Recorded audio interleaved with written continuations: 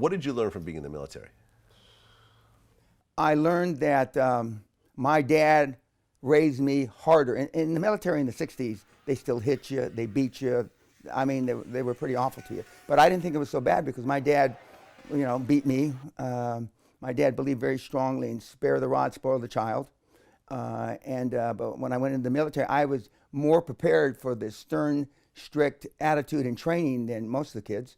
And I went on to be an officer, and it straightened me out. It straightened me out. Okay, so you left the military, you came back and got your degree. Correct. And then you started a company called the Guthrie Group. Great Western. Oh, sorry. Great Western first. First Great Western. Okay, Great Western, but Okay. $820.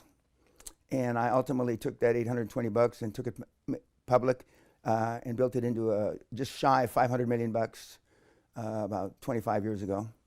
Okay. And then from there, when I got thrown out as a CEO, then I founded the Guthrie Group. Great Western initially was a drilling exploration company. So we wildcatted for oil and gas in the United States. And then we got into construction pipeline, then we got into refining, and we were in every facet of the oil business except retail distribution through gas stations. And we were in South America, the United States, and in Great Britain. And I took it public in almost 35 years ago on the London Stock Exchange.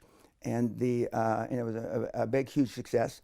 And then we acquired 25, 30 companies with the assistance, as I was talking earlier, about other people and other people's money.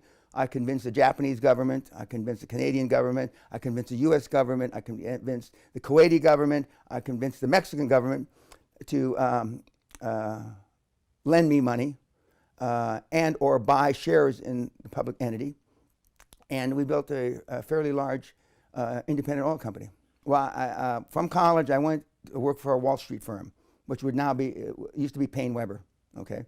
And then I went from Payne Weber to Bear Stearns, and I understood what the leverage of real money is. And as I was told you before we started, there's two big levers in life: other people and other people's money. Not your money, other people's money and other people. And I saw the oil boom that was taking off from Texas, Oklahoma. They founded oil in the North Sea, which saved Mr. Thatcher's government from bankruptcy because of the taxation on the North Sea oil. And I saw meatheads making tens of millions, hundreds of millions, in some cases billions. And with the greatest respect, when I took a shit in the morning, I lost more brains than they've got. Okay.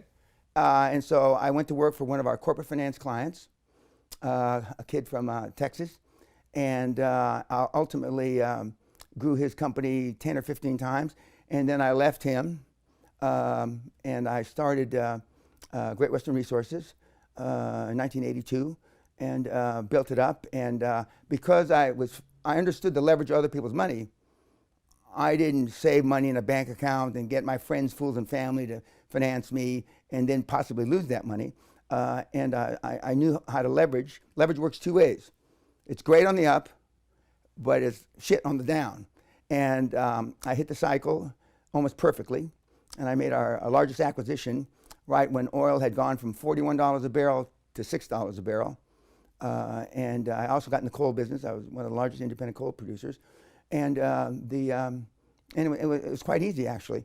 Then when I got thrown out of Great Western by the shareholders, if you remember, 1990, Saddam Hussein invaded Kuwait. Mm-hmm. The Kuwaiti government owned 29.9% of us. They were the large shareholder. And our stock price dropped about 75%. At first, they thought that we weren't going to enter the war and save Kuwait. And then they thought that Saddam Hussein was actually going to take over Kuwait. Right. So any of the investments the Kuwaiti government had went down in value. And then after the U.S. and its consortium entered the war and beat up Saddam Hussein pretty easily, they thought that the Kuwaiti government didn't have enough money to rebuild Kuwait. Now, I knew how much money they had. There was going to be no problem. But by this time, somebody had to fall. And so the Al-Sabah family, who still run Kuwait today, decided it was the CEO, me. So I got thrown out. I got thrown out rich. They didn't throw me out poor because I still owned a bunch of stock. And then I tried to figure out what I was going to do. And so I took a half a year, and I discovered then really at the inception of financial coaching, and I got involved, and I said that I was going to dominate it. That's 26 years ago. Well, what do you think was your greatest failures? Oh, fuck. Oh, not understanding the internet. I thought it was a joke. Okay, anyway, yeah. Some of the things, fortunately, nobody was listening to me in those days that I said about people on the internet never got published. Otherwise, they'd be chasing me for it. Okay, that's number one. Number two, I grossly underestimated the lack of self-esteem people have. If I had realized that, I probably could have generated billionaires in the first 5 or 6 or 7 years of my coaching instead of from about the 8th, 9th year on. And the third thing is you got to keep things simple. Keep it simple, stupid. I mean,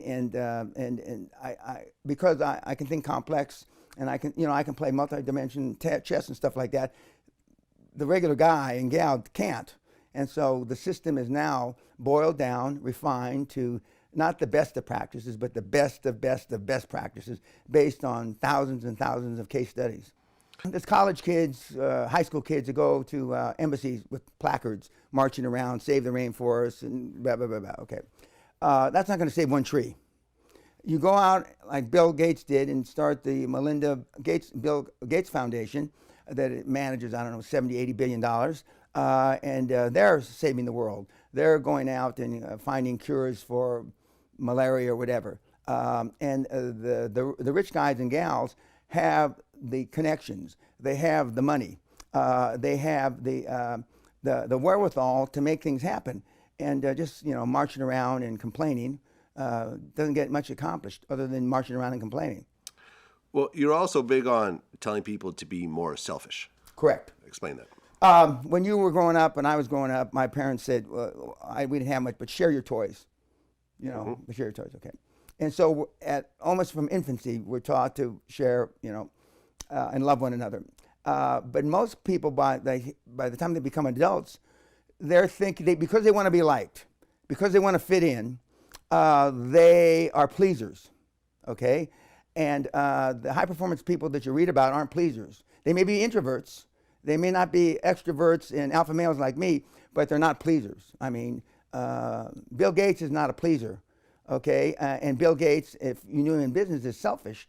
And, the thing that the university students can't grasp, and you go back to Henry Ford, Steve Jobs, Rockefeller, Andrew Carnegie, the current guys, Elon Musk, Ma from Alibaba, they all have one characteristic, is that they're tough as nails.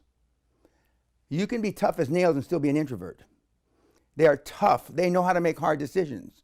They're not interested in what other people think. I knew Steve briefly before he got sick, Jobs, and you never could confuse him with the facts. It was his way or the highway.